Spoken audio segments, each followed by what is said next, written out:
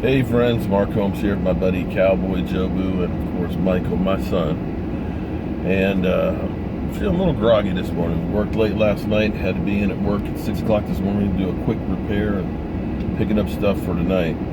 So I'm going to go back and take a nap for a little bit. But as always, I want to thank you guys for watching, commenting, and subscribing to the Jobu Sports Report, because without you guys, this would be absolutely positively nothing. I mean, seriously, it would be a vacuum, a void. There'd be just nothing there, antimatter. But anyway, it's day number 2 of the rookies in training camp. Unfortunately, no cameras are allowed, no media is allowed while they're working out. Jalen Smith is there with the guys working out, and like I said yesterday morning, pump the brakes on thinking that Jalen Smith is going to be 100% come opening day. What they're doing is, I think actually the wise move is basically they're going to be working him out every other day in practice and bringing him on slowly. You can't have a catastrophic knee injury like he did and literally not be able to raise your foot up and think that you're just going to step on the field and be 100%. They're doing the right thing because they realize it's better for the long term to make sure he's the best player that he can be for short rewards, and he ends up being out of the league, destroying that knee even more.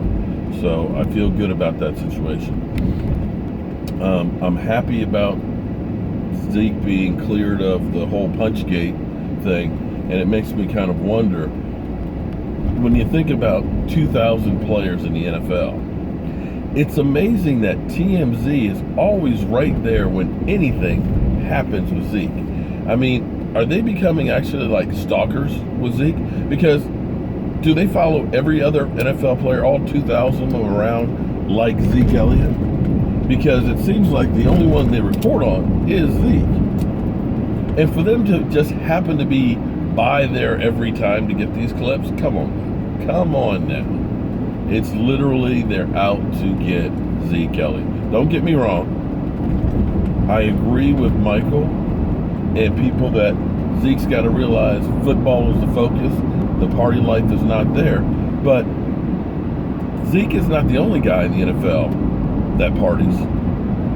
Because it's amazing how much Gronk parties. But we look at him as, oh, that's just Gronk being Gronk. Dude, take a look at Gronk videos of Gronk and his parties. Dude had a drunken cruise. Let me say again, he had a drunken cruise where it was nothing but alcohol everywhere. He is literally fallen off of a golf cart drunk.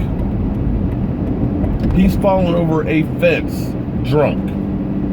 But we don't hear about anybody saying they need to suspend Gronk. They'll do it. We just hear that's Gronk being Gronk. Now, I don't know what the difference is. Now, Zeke shouldn't have pulled the girl's top down, but when you look at the incidences that happen, it's just shit happens around Zeke and he gets blamed for it. He didn't bring a gun into a club. That was some other knucklehead.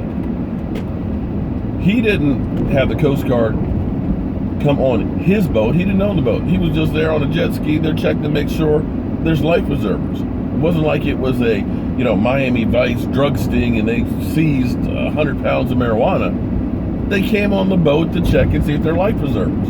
So that's an incident we're talking about here. And then, of course, this club, it's amazing that the police are dropping the case because the person who said Zeke hit him gave a false address, a false phone number. The police can't even find the guy. Now, do you really think, because a lot of people are just saying, oh, well, they just swept that under the rug. But do you really think if that guy knew that Zeke Elliott hit him in the face, that he'd just disappear on his own? Because that's the golden ticket. You get an NFL player to punch you in the face, man, you get paid. So that was some made up BS. But everybody, of course, is condemning him because of that incident. Now, I'm not saying that he doesn't need to chill on some of the public optics out there. But the guy is 21 years old, gonna be 22 on Saturday. I think about some of the stuff that I did when I was 21 and 22. I gotta tell you, my nickname in college was Crazy Mark. Now, I am kind of crazy, but it was really crazy back then in college. Because if I went through and said some of the stuff that I did, my son wouldn't believe it. So, we all do things when we're young. It just so happens that everybody is following his every single move. Boy. But at least we're getting close to Friday. Friday night, you know we'll be live streaming. And guys, this will be the first live stream when we actually have players working out on the field. So I'm as excited as can be.